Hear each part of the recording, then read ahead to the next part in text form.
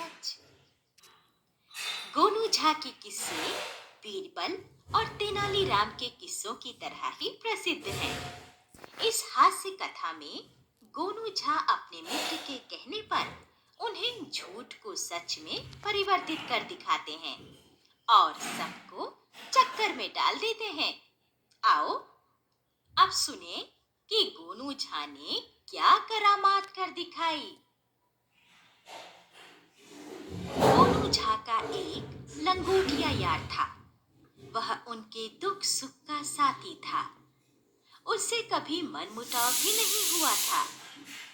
एक दिन उसने गोनू झा से कहा, मित्र, सभी लोग तुम्हारा लोहा मानते हैं।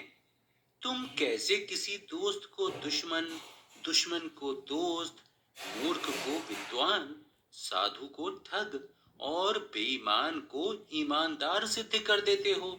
यह बात मेरी समझ में नहीं आती।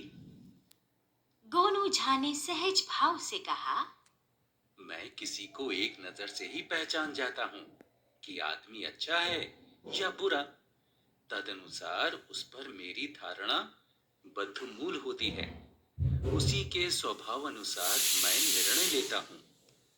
अगर कोई परिस्थितिवश झूठा अथवा बेईमान बन भी जाता है, जबकि उसका चरित्र वैसा नहीं होता, तो मैं उसे सुधरने का अवसर देता हूँ। उसी प्रकार कोई मक्कार या पाखंडी अगर महान बना रहता है, तो मैं उसे उद्घाटित करके ही दम लेता हूँ। मेरे बारे में तुम्हारी क्या धारणा है? तुम तो अजीज दोस्त हो, इसलिए तुम्हारे बारे में धारणा क्या बनानी है? फिर भी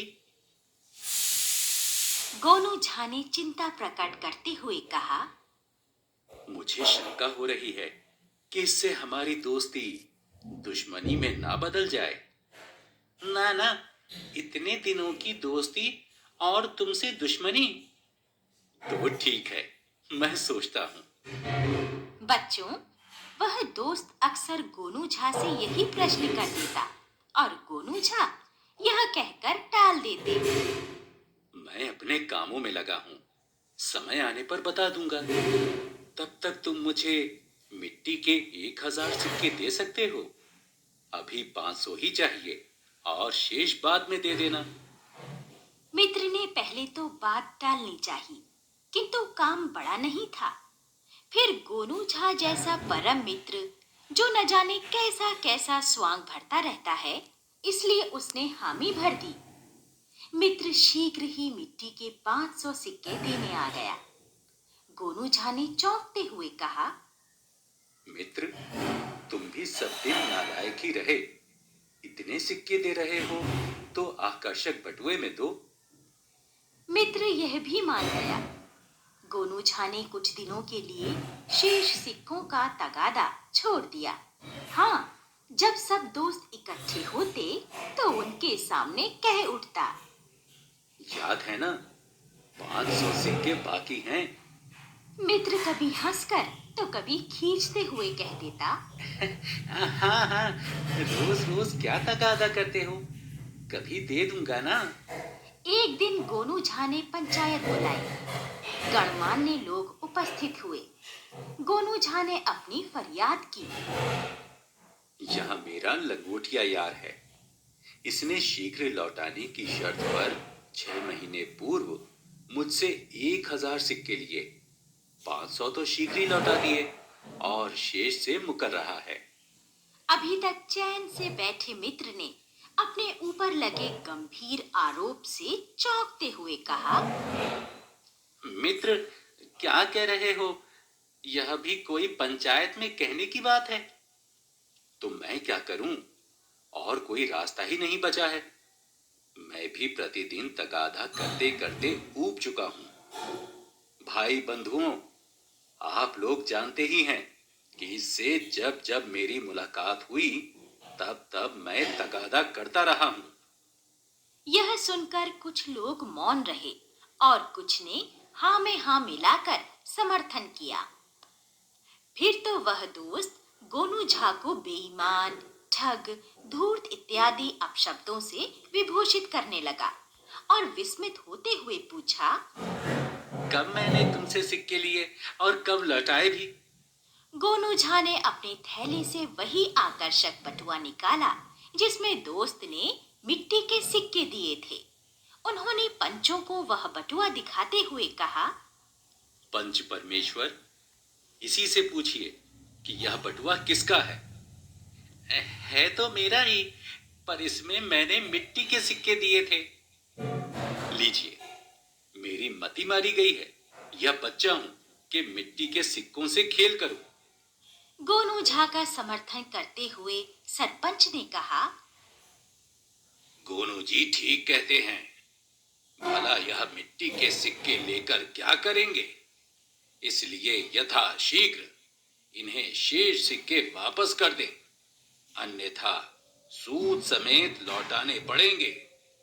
क्षुब्ध और क्रुद्ध होने के बावजूद मित्र को सिक्के वापस करने पड़े। बदनामी और बेइज्जती हुई, सो अलग। उस दिन से वह गोनू झा का मुंह नहीं देखना चाहता था। इतना ही नहीं, उसका नाम सुनकर भी भड़क उठता था। दोस्त की किराने की दुकान थी।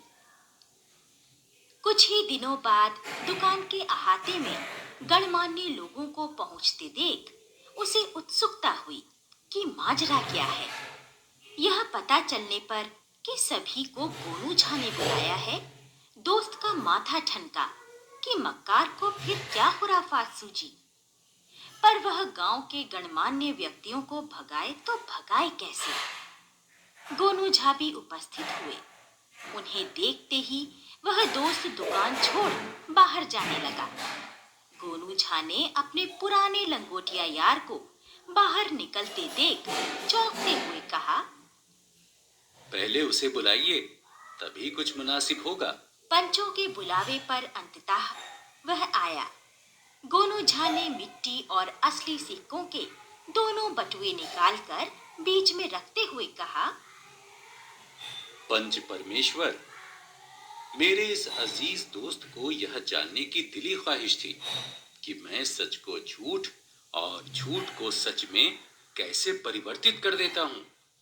मैंने इसे आगाह भी किया था, लेकिन इसने जिद पकड़ ली। इसलिए असत्य का सहारा लेकर दोस्ती को दुश्मनी में बदलना पड़ा।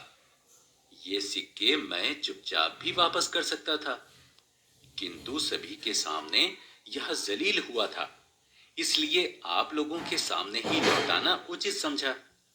और फिर मित्र की पीठ पर एक धौल जमाते हुए कहा।